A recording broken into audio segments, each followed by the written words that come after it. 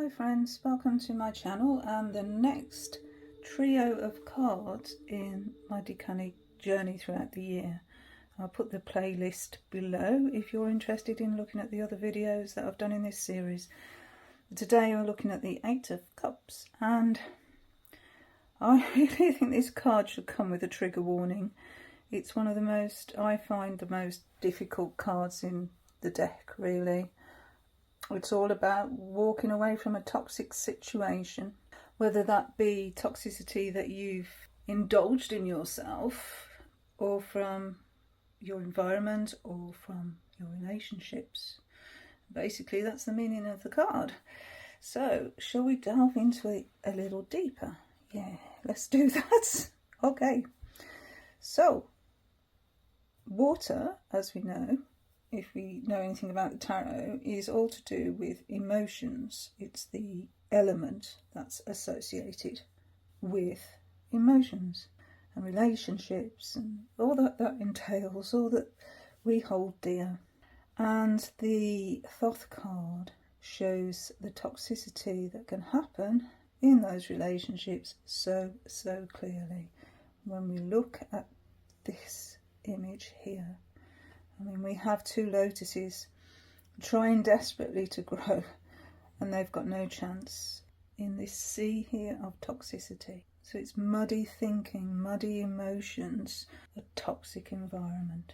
These lotus really can't survive in this environment. There's no sun. There's nothing to help them. The dark clouds here pressing down. It's such a depressing image, I think. Really depressing. The cups are shallow, there's no depth to them. They can't even hold any water, and they're cracked if you look. The handles are broken. Nothing good's going to come here, is it? And water, it can erode, can't it? I mean, if it's water against, you know, like sea, the power of the sea erodes the rock and the cliffs, undermines the cliffs. You know, it can totally undermine our world. And this is quite muddy as well, so if you think about that metaphorically, you could get stuck here. You know, it's a place of stagnation, inaction, nothing's happening. All the emotions here, they're dying. And it's time to move on. Feeling unfulfilled, why go on, disenchanted. So it's time to go, isn't it? Time to rise above. And this chappie here, this figure here, is much like the Hermit, because look, got the staff there. The red cloak here is fire, isn't it? So it's action. So this figure here is taking action, and the action that this figure taking is to come out of the water, even though he's right on the edge of that water, on the edge of his emotions. And that means that it's time to find higher ground and maybe stand on the mountain that the Hermit has climbed. And maybe this is the Hermit climbing that mountain, who knows.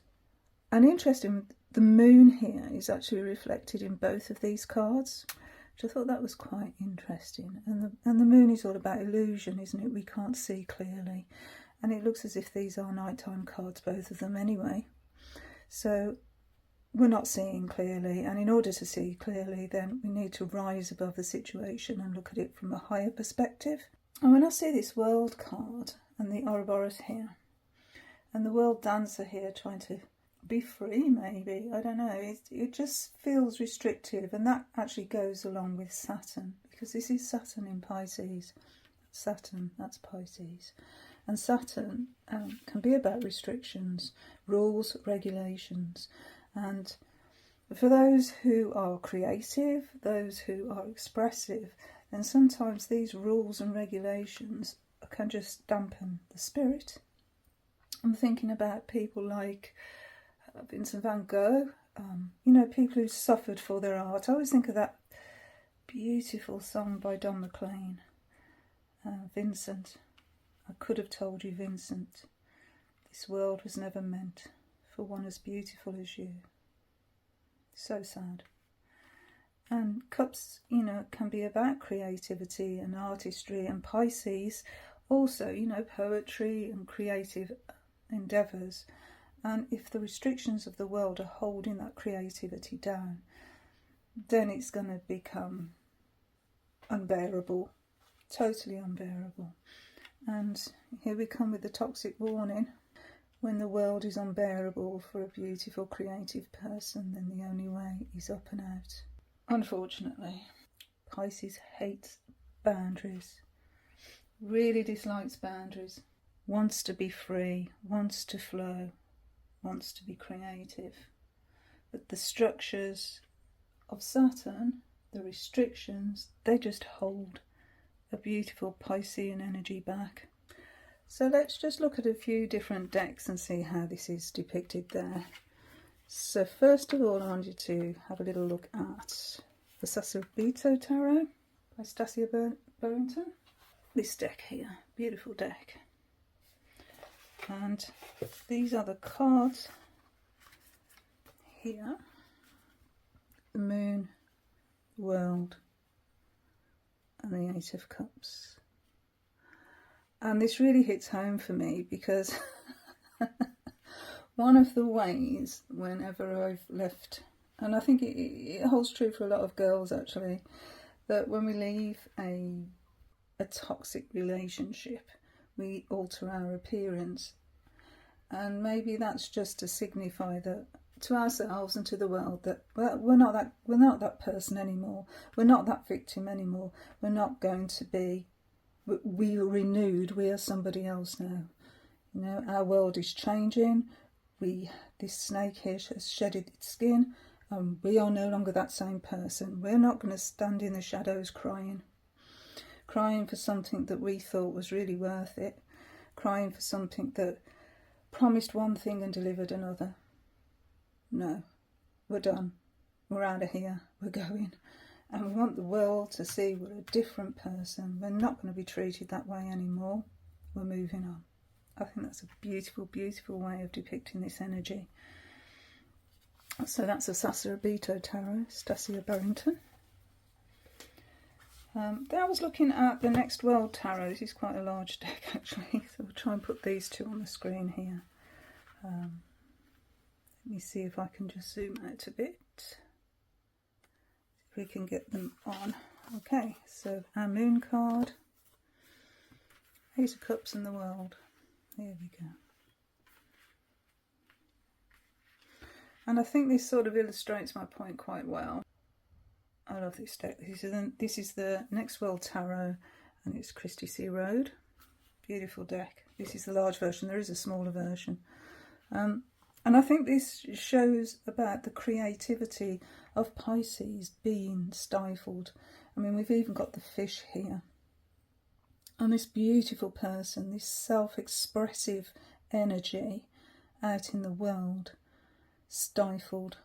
This fantastic energy here. Like, I'll just read you the guidebook for this card, this Eight of Cups. Abandon, it's called.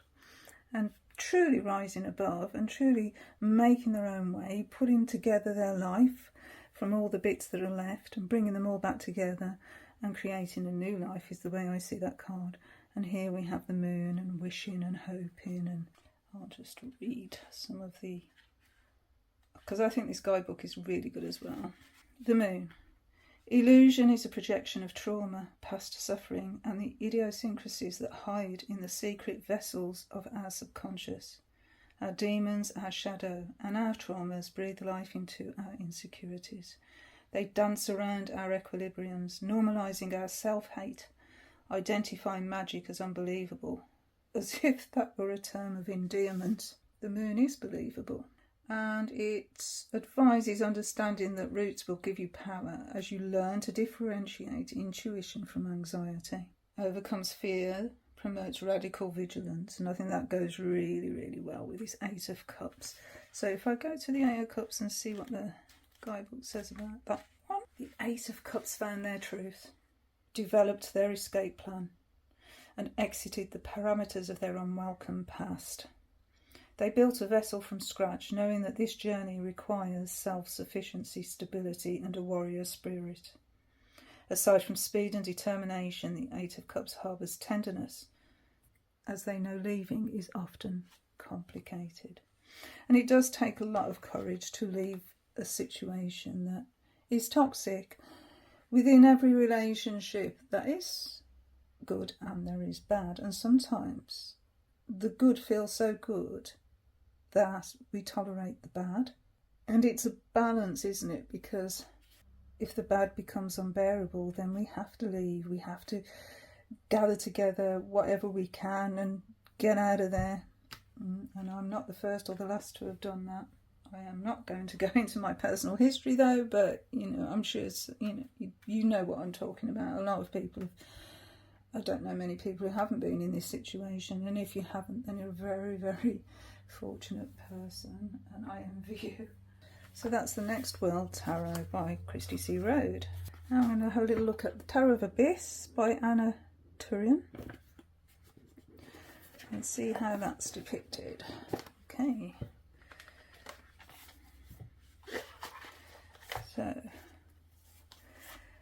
the most common depiction of the Eight of Cups is someone leaving home. I've got the World card in this. Let's have a look. As you can see, it's a black and white deck. Find the World card. I mean the Moon card. Okay. Let's zoom in on these. See what you think of those. Okay. They've got the Moon, the Eight of Cups and the World. She's had enough. The woman pictured in the card is tossing her cup and leaving it all behind. She's moving on, leaving behind a rundown cabin and all of her belongings with it. There's no sadness in her eyes, only determination and courage. A sense of freedom grows inside her with every step she takes. The Eight of Cups is the card of moving on from a situation or place that is no longer bringing you joy. It's the start of a new journey, one that will not be easy since you're now starting from scratch. Nonetheless, it can be an interesting one full of new possibilities.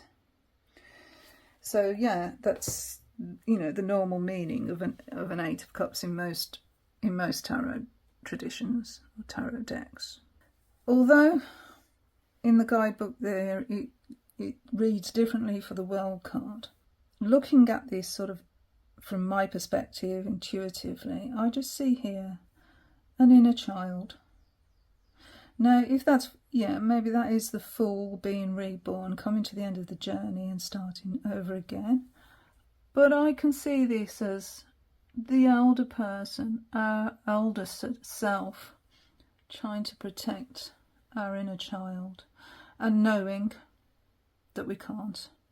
Knowing now we've come to the end of the tarot journey, but knowing that suffering is inevitable. And no matter how much we want to protect our inner child, that inner child is going to get hurt and bruised and betrayed and all the things that go with life. I told you this, it really needs a trigger warning, this card. This, Eight of Cups needs a trigger warning.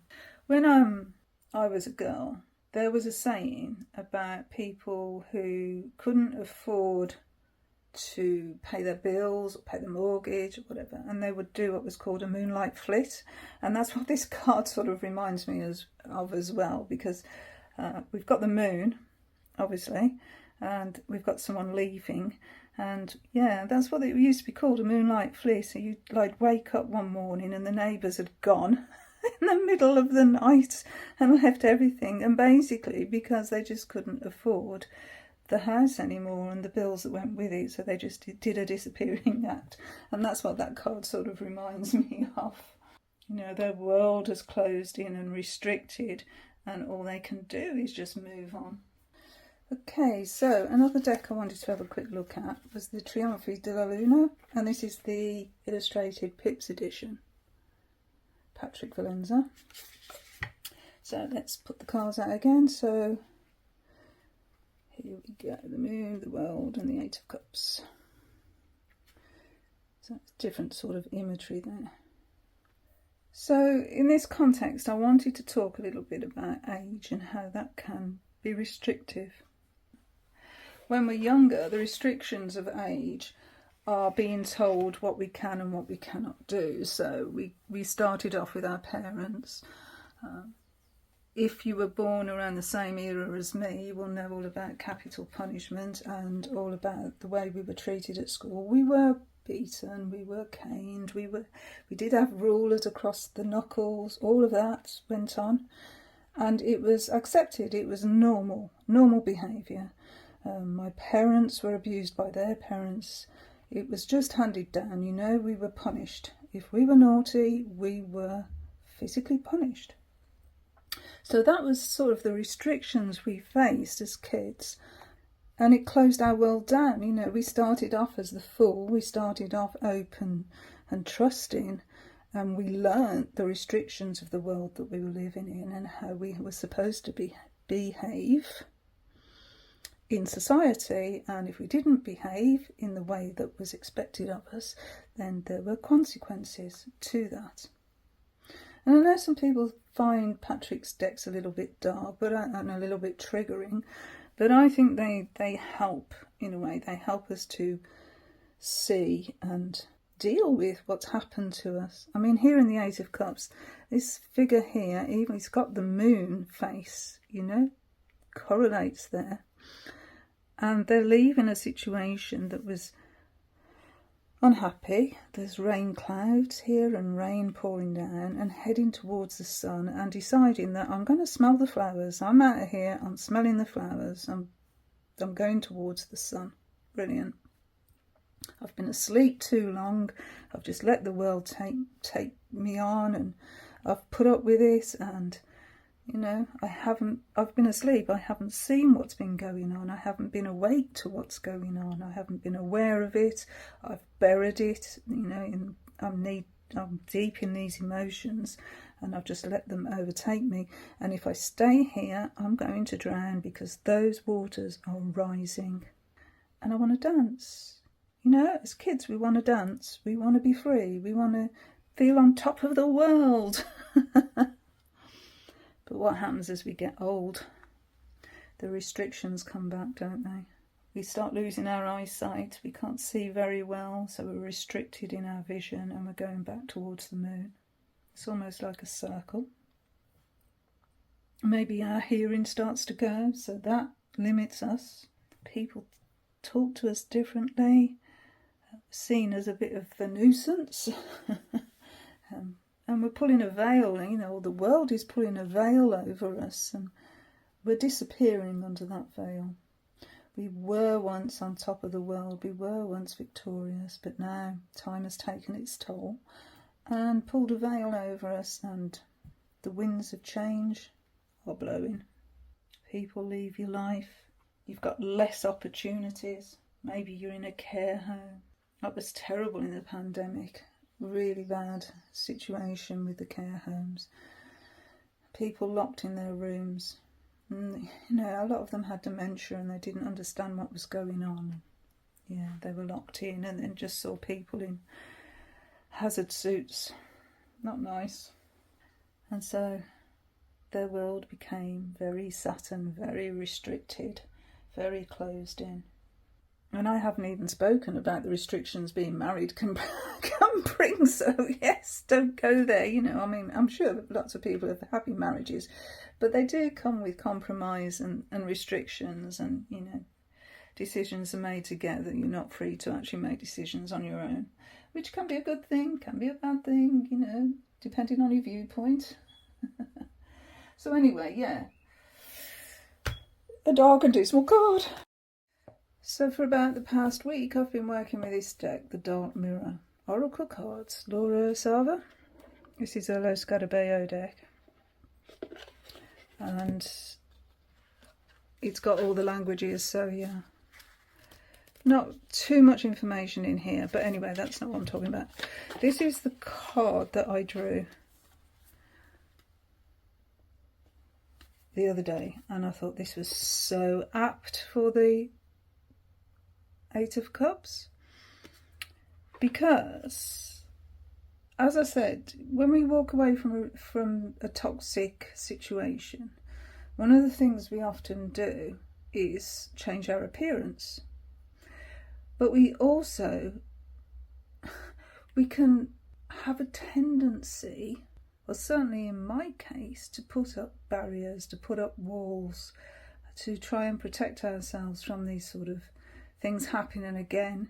You know, once bitten, twice shy. We just don't want to repeat that situation ever again, because it was so painful and it took so much for us to actually get away from that situation, whatever it may be, that we're determined not to let it happen again. And so we build walls and we armour ourselves, and I thought that was really profound to actually draw this card. And it occurred to me that maybe the best way of moving forward was not to armour ourselves like this, to not build walls, but to try and remain soft. Because I think, and this is just my opinion, it is a more courageous thing to do, it's a braver thing to do, to try and remain soft and open to experience, even though our past experience has hurt us and we just want to build walls, we just want to protect ourselves. And when I read the guidebook for this card, gosh, it was strong, because it says going dark, because it is quite a dark deck. It's to actually go deep and unearth what's going on in our psyche, really. And that's, you know, that's still to do with the moon, isn't it, our psyche. So the card itself is called Sacrifice, and it's aligned to the waning gibbous moon. And it says, even if I have to break apart, as long as it serves a purpose, which is quite harsh in itself. And there's part here that I wanted to read. With sacrifice, we renounce our sense of self. We accept to be lost. We accept to be shaken and cut and bruised and hurt and burdened and locked and stricken and despised and gossiped and betrayed and be misunderstood and be left alone, to rot, to die, with just words of thanks while the world goes on over our broken dreams. But when we drown our sense of self to sacrifice, we are also a greater person. We are screaming, I exist, I make the difference. We accepted a price to pay, and we used our blood and tears as currency. And that gives us the right to stand tall. So there's empowerment there. But as I say, it just struck me, the armour, the protection part of this, I think it is my opinion that it is far, far braver and harder to stay soft. Is there a light to all this? Well, stay with me. I found one. I found light. And I found it in the Wildwood Tarot. So this is the guidebook to the Wildwood Tarot here. And this is the, let's just take these cards out of the way. This is the Eight of Cups here from the Wildwood Tarot. So this is rebirth. So if you see, we've come out of all that dismal stuff and we're on our way to a better life, a rebirth. Meaning, by looking at the past, acknowledging our mistakes and learning from them, we grow and attain new wisdom. The future waits to be unfolded by our positive action as we become the eighth vessel. See all these vessels here? And receive powerful rejuvenating energies of rebirth. So our cup is being filled again. Rejoice, a time of renewal and potential is here. The cycle of rebirth and healing brings inner peace and confidence. Once you accept that all the blessings and gifts of life can be yours, or indeed already belong to you, the fear of asking is gone. It's time to shed the skin of the past and accept and utilise the overflowing potential of the present that is freely available to you. So I like that reference there to the Ouroboros and the snake and shedding the skin. So do not be afraid to make mistakes. Do not be afraid to ask, why not me? See potential where others only see barriers. See challenges as others see impossible odds. Apply all that you have learned through experience and toil to any problem and you will not fail. You have striven to survive and absorb insights. You have endured loss to retain your integrity. All of these trials have made you stronger, wiser, and more effective. Drink of this new fountain of opportunity and renew your life objectives. You have endured the past. Its gifts were hard won. And now the challenge of the future unfolds.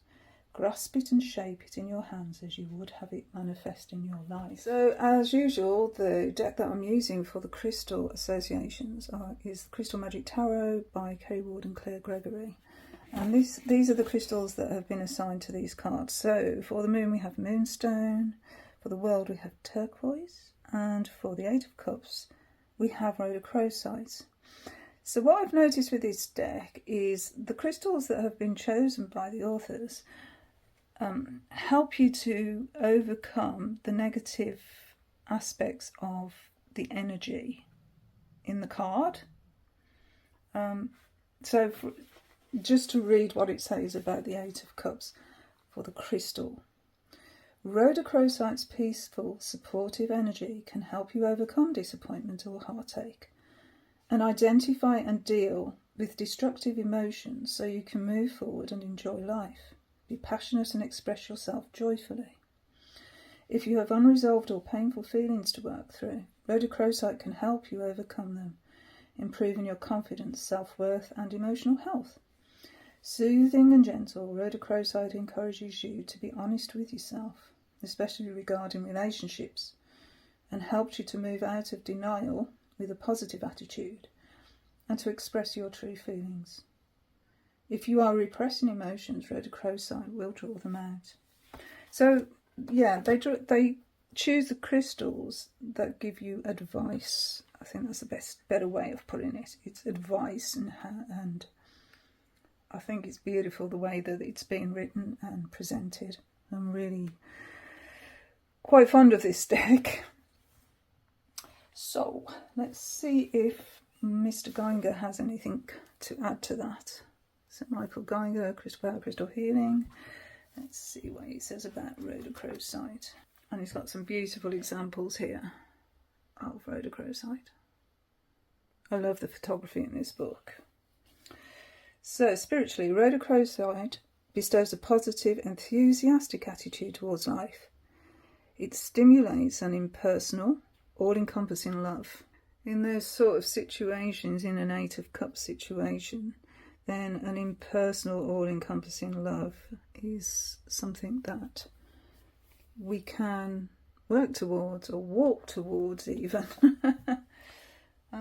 It's been very interesting to put this video together. It's been a trigger card for me, and it may be a trigger card for you. I think I've said it about 5 times now. This is a trigger card. But there is a way through, and there is a way out, and there is hope, and the Nine of Cups looks really cool, so maybe we counter that pretty quickly.